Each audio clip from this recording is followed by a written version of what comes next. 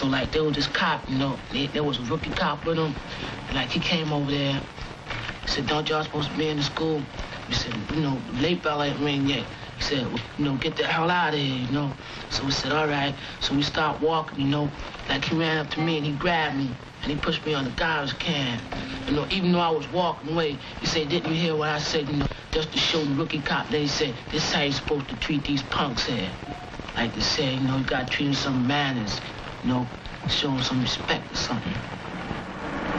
We had a case yesterday. There was two teenagers on Longwood Avenue. He's behind him and smacked him in the head with a rock. Put a big hole in his head. Here's a man, 78 years old. How much of a struggle could he put up, right?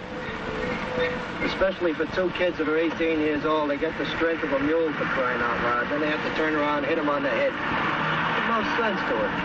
Like one time, you know, I was going to the park, you know, one night, and I was walking by the lake. I dug the cops sitting in the car, and they were sleeping, and one of them was reading the paper, and the other one was talking. So, you know, I just kept on walking by. You got to take into consideration it's a violent life. And every time you're involved in a situation, you never really know what will occur. All the things that have happened to you and the possibilities of you getting killed or hurt, man. You sit down and think after 20 years and say, damn, I must be crazy. Cops goes up in the park, you know, they like have girls up in the park, rapping to them, you know, and they like be sitting in the car, drinking, doing everything in the park, you know, behind the park and whatnot. Cops ain't nothing nowadays.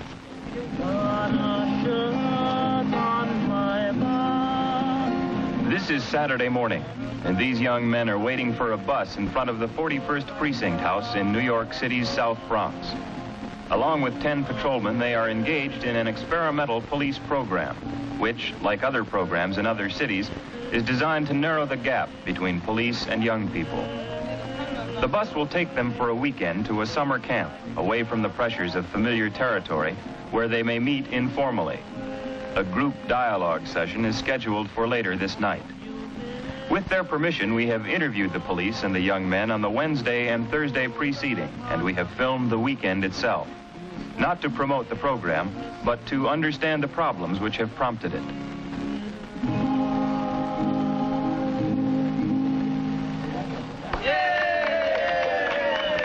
Essentially, the whole atmosphere is that of a group of men, some young men, some police officers, getting away from the city for a while to relax and get to know each other a little better. What we try to do is to select those youngsters that we feel are opinion makers in the community, kids who play leadership roles, kids who influence the attitudes of other kids. For example, equally acceptable would be the captain of a local high school football team and the leader of a local corner gang, because in their own way, they each play a critical leadership role among the kids in the neighborhood. Many kids were reluctant to participate in the program because of their own,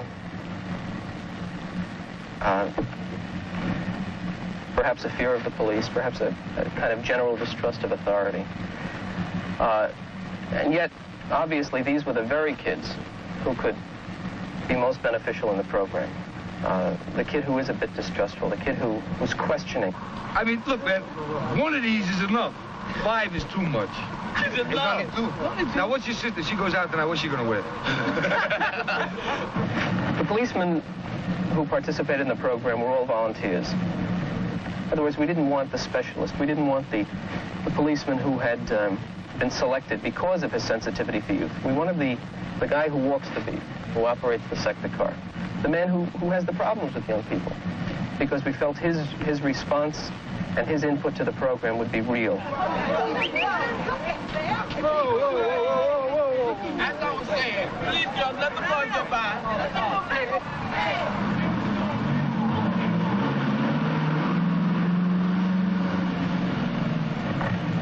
We can get the youngsters participating in the program to recognize that not all cops are against them, that not all policemen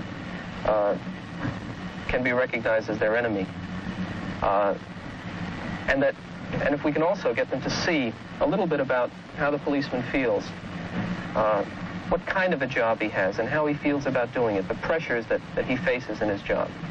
And reciprocally, if at the same time, and both have to go together, it's critical that learning occur on both sides. If we can get the policeman to recognize that not all kids are hostile and arrogant, and also to recognize how the youngster feels in a neighborhood like this, what kinds of pressures he faces. In sum, if we can get both groups to look at each other a little more in terms of reality, a little more realistically, we've accomplished a great deal. Obviously, we haven't solved the whole problem. I had a sister, Sally. She was ugly and misshapen. By the time that she was 16 years old, she was taken. By the time that she was 19, a son and a daughter. Sarah's nearly 29. Hasn't had an offer. Come a lantern, a binsman, a tinker, or a tailor, a doctor, a lawyer, soldier, or a sailor. Some cops are understanding, you know. Like if you be walking down the street and all of a sudden something happened, might pull you into the store, you know, so not to embarrass you or anything, and pull you into the store and talk to you and tell you what's wrong and what's right. So, like, you might come up to one of these cops and just push you and what you trying to do and all that. Because they think that everybody's out here trying to do wrong. Which everybody ain't out here trying to do wrong. Some people out here trying to do good. But cops don't understand that. The cop will walk up on you and say, you did this and you did that, but you didn't do nothing. They should be like us, you know. I mean, just because they're cops, you know, they think like they're different from us, they're better than us. Doesn't make them better than us. That's how come I like some cops. They treat us like we was one of them, you know. Some cops just, you know, treat us like we was something else altogether. Hey, let us go! Falling over here. Okay, falling. Hey, boys, there are canoes. If you don't swim, don't go out in the canoes. If you don't swim, use the rowboats. There are animals. Most of the animals are pregnant, getting ready to have little babies. No, they don't bite. But you'll see two little ponies. Try not to chase the ponies around. They've just been born. 3 others are getting ready. Maybe when you're up here, they'll be born.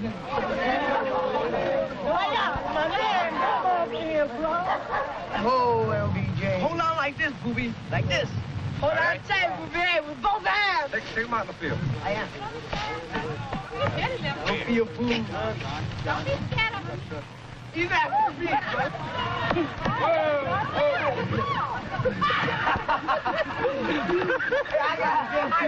I rolled it. Come on. Don't pull me. What am I going to do?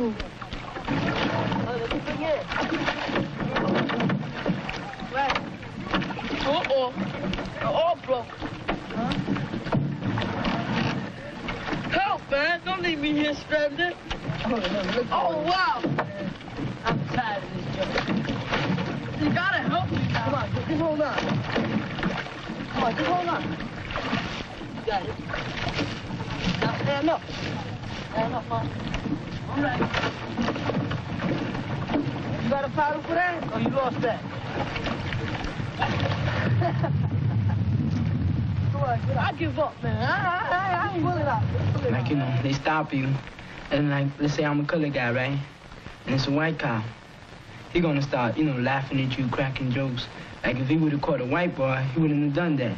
Now, you know, I'm not trying to say that all white cops are kind of like prejudiced, but some of them are. Some Spanish cops, I feel that they're better for me, you know. Why do you think that's true? You know, suppose they catch us, they won't rough us up, you know. Like, if they catch us, they just take us and bring us to the prison, and that's it, you know.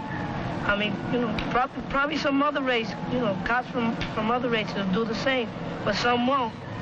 Some, they don't have to hit you, but they'll hit you anyway just to be spiteful. I don't believe it. Now, I'm not going to say I've committed myself by saying there's 28,000 cops and not everybody's 100%. There's got to be guys that are racist. That's not the issue. No. The issue I'm trying to bring about is that I would venture to say 99% of the cases, no matter black, white, green, yellow, orange, race is not an issue. You know, when, like, a Negro person get in trouble, you know, it's all broadcast or something. Or when a white kid gets shot or something, you know, everything is broadcasting. When a colored kid gets shot, he just got shot. That's it, He's just one loss, That's one more they don't have to bother with. That's the way it is. Because the white have money, Some whites have money. Like, take Rockefeller, for instance. Like, if his son get busted, they're going to say, what's your name? And he's going to say, Rockefeller. My name, I'm Rockefeller's son. So he going to dial up Rockefeller, and he going to talk to Rockefeller. And Rockefeller he going to say, like, I'll pay you off, if you don't put him, put his name out, Like, take, what's that dude that got busted? His son got busted, Jackie Robinson. Yeah, his son got busted. And he couldn't do nothing, because even though he was a great baseball player, they called him up, and they still scandalized his son's name all through the paper that he was shooting drugs. But everybody who's white isn't a Rockefeller. No, I'm just saying, money talks. Well, it's your pick. I just took the lieutenant. Okay, I'll take this fellow over here with the fancy vest. Is there anybody outranks you here, Lou? We'll take him next. I'll pick him. Patrolman Curran, would you like to play? I really would, yes. Okay, you got him, Gallagher. I hope you're right. No. That's a friendly game, I hope. Yes, not one of those vindictive things. All right, I go. There's no Coke bottle. What's your name again? Here comes Stan. We got George. Now you got a winning team. George, you're the catcher. Can I play? The guy with the glove. Can I play? I got catcher. Oh, no, I got Emmanuel.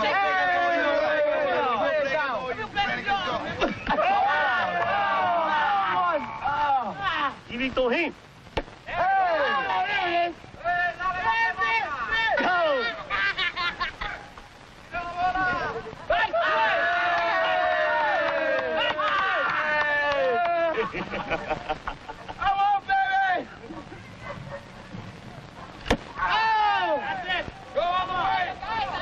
Home run! Come on, Richie! Hit down! Come on! On the way!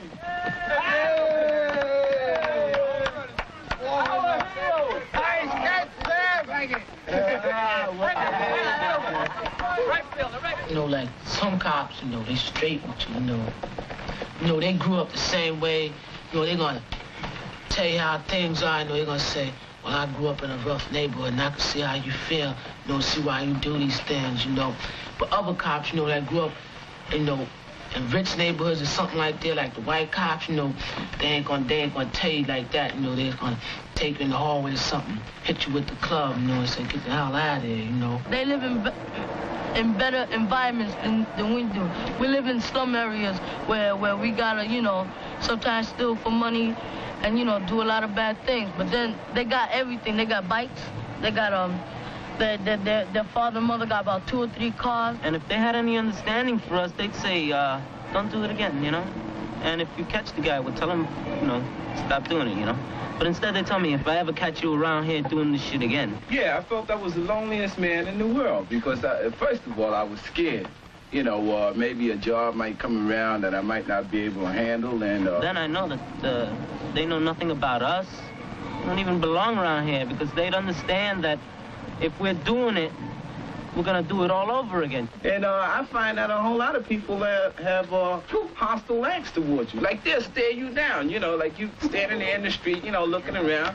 And these people automatically have a hostile thing about them, you know what I mean? And they'll look at you like you did something to them. You never seen these people before in their life. And you go up the roof, smoking pot, some people down there, and then a few roofs back, guys sniffing glue. Then a little more down, the junkies. It's the same thing everywhere. It's no different around here. Go to New Jersey, everything's clean. You find private houses all over the place. They raise their children fine, Some become cops. They find that their environment is all different from around here. They want to be stuck down there, with the nice people, and they don't have so much work. When they get stuck down here, they say, well, let's try to clean it up our own way. And they take it out on the people who do something wrong. In reality, I'm living in a Puerto Rican and black community 8 hours a day. I live there. I eat there. I see their social functions. I understand the way things happen. What to me was ridiculous and a terrible way to act becomes commonplace now. Now I realize the problem. You know what I think it is? I think you get over the fear of the Negro people. Because I think basically The white people are afraid of the Negro people. But if you live in the neighborhood like we work there, I'm there 8 hours a day. Now I know it. I lost my fear of it now. You know, I've learned more. I've matured. Let's face it, if you put 5 years in the police force, 5 years in the police force in a busy precinct, you know more, you have seen more than the average person will see in his whole life. Any of you guys ever consider being cops?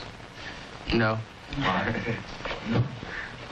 I've considered it, you know, but really, I mean, like, none of them, you see them complaining about they don't get enough pay and this and that, you know. So I said, nah, I ain't gonna be no cop.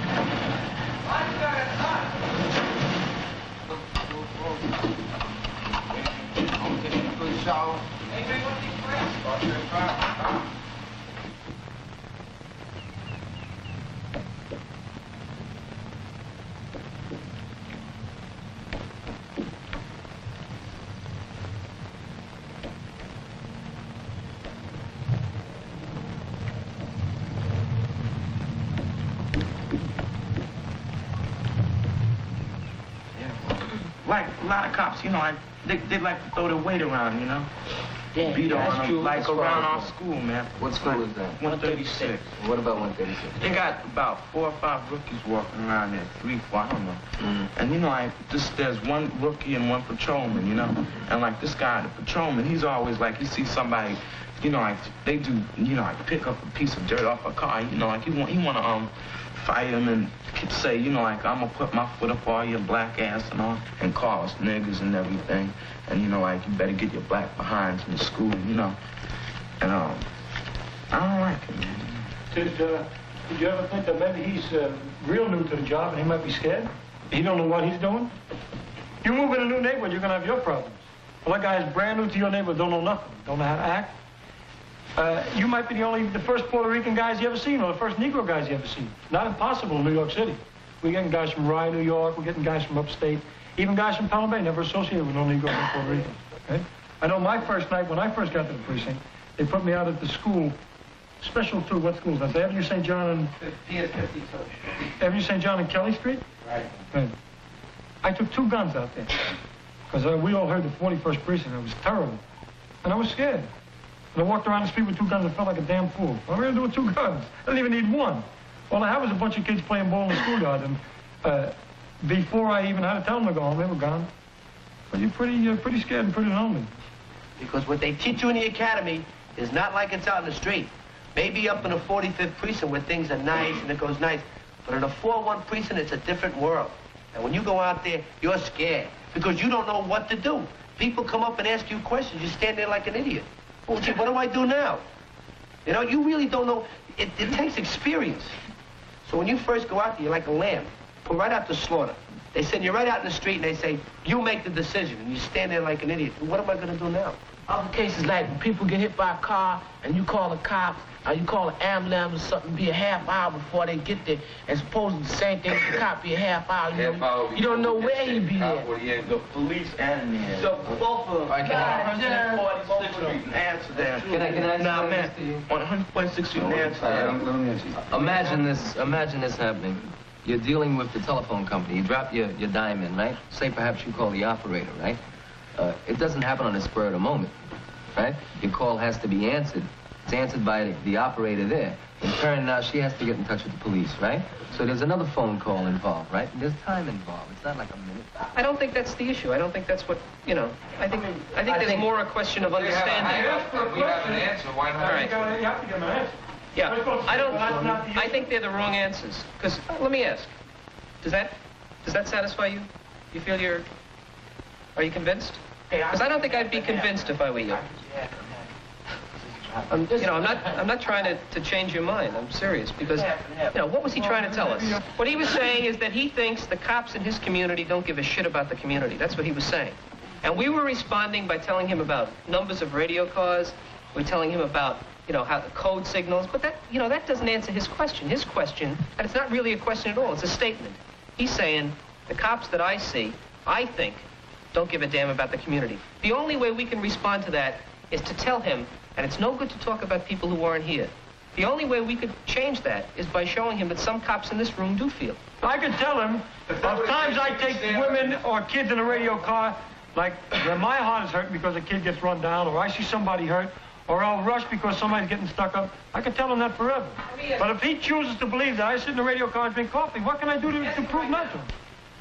How do you think you'd feel towards a policeman's job?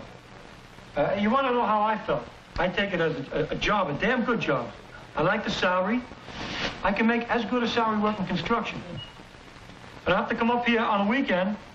When I'm in construction, I didn't have to come up here, but I come up here because I want to. I got 2 kids of my own at home I could be with. You know, it's funny, like, a cop's job is not just, you know, okay, we're paying you $10,000 to go do your job, or $4,000 or $20,000. That ain't what it is. If you don't want to be, if you can't be a cop here, if you don't have it in you to be a cop, then you don't belong on the street. We got 28,000 men. I'll give you 8,000 don't belong on the street, but you got 20,000. They feel for the job. You got 10 guys in your crowd, 1 guy's a bum. The lady across the street says your whole crowd is bums. What do you gotta have to be a good cop? Me, there's only one thing you gotta have to be a good cop. You gotta have a heart. But you gotta be, at times, you gotta be a bitch.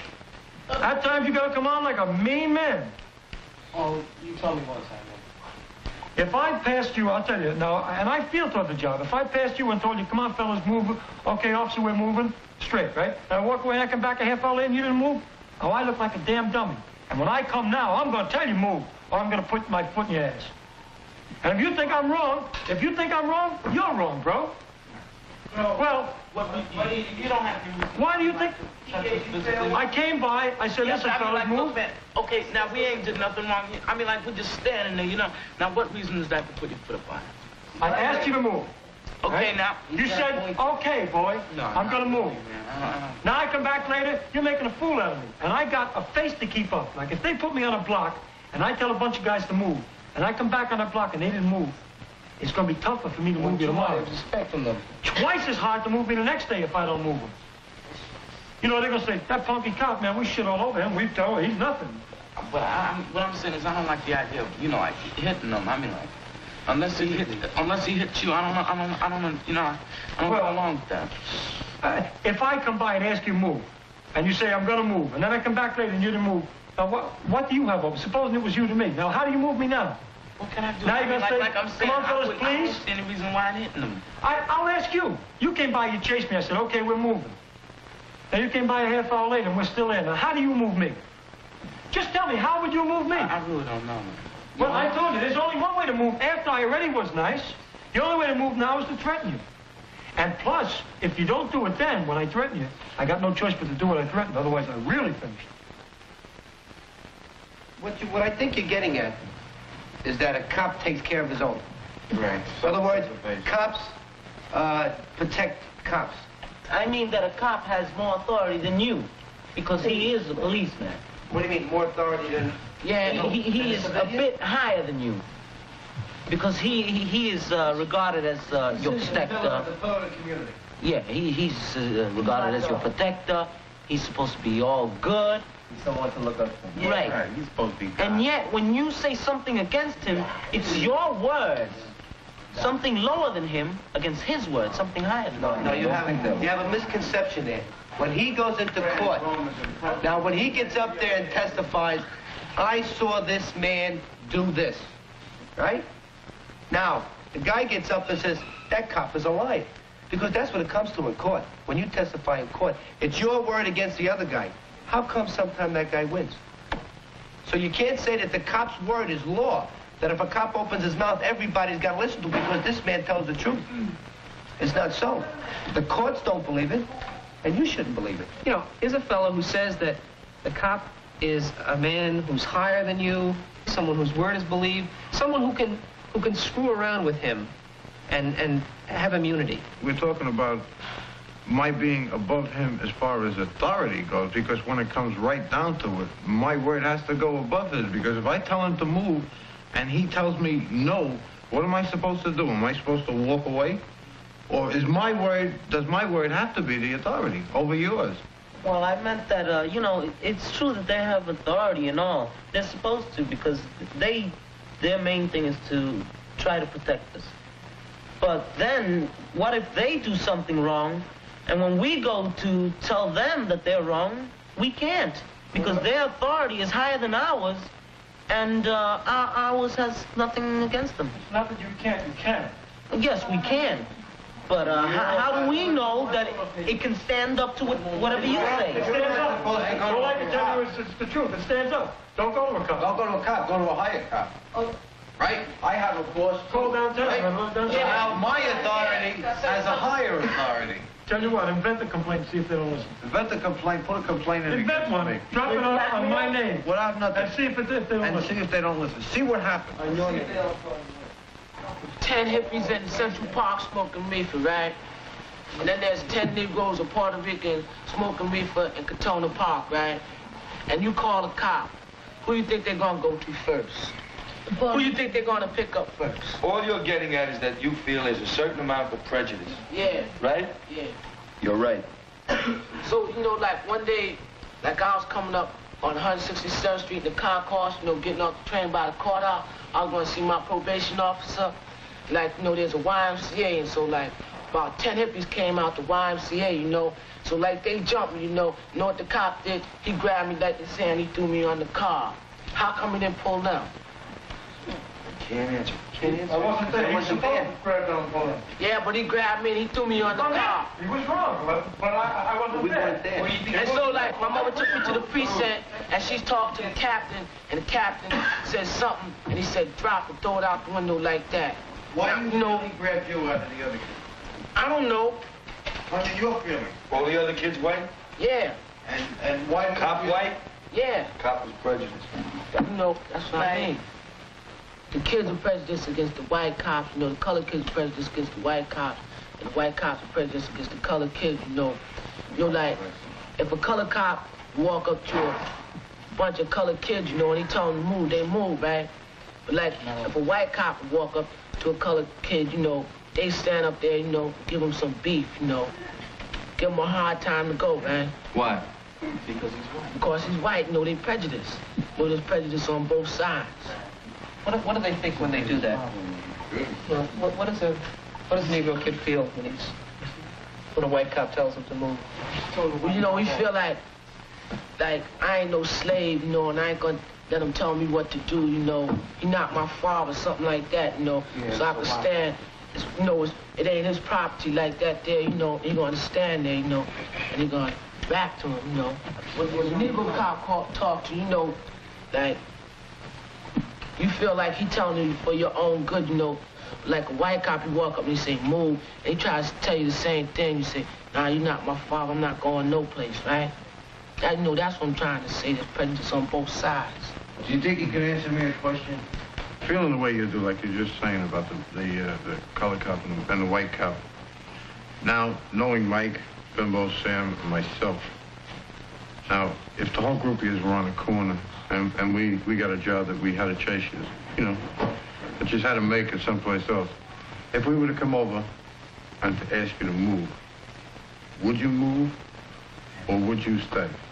If I know you right, you know, I ain't gonna stand up there, you know, and make a fool out of myself, you know, I'm gonna go on. You know, like I know you now, you know. Like if something like that happened, you know, since I've known you, I'd move. You know, you told me how you feel about it, and I told you how I feel about it, and we sort of like understand each other. Now you see me more as a human being.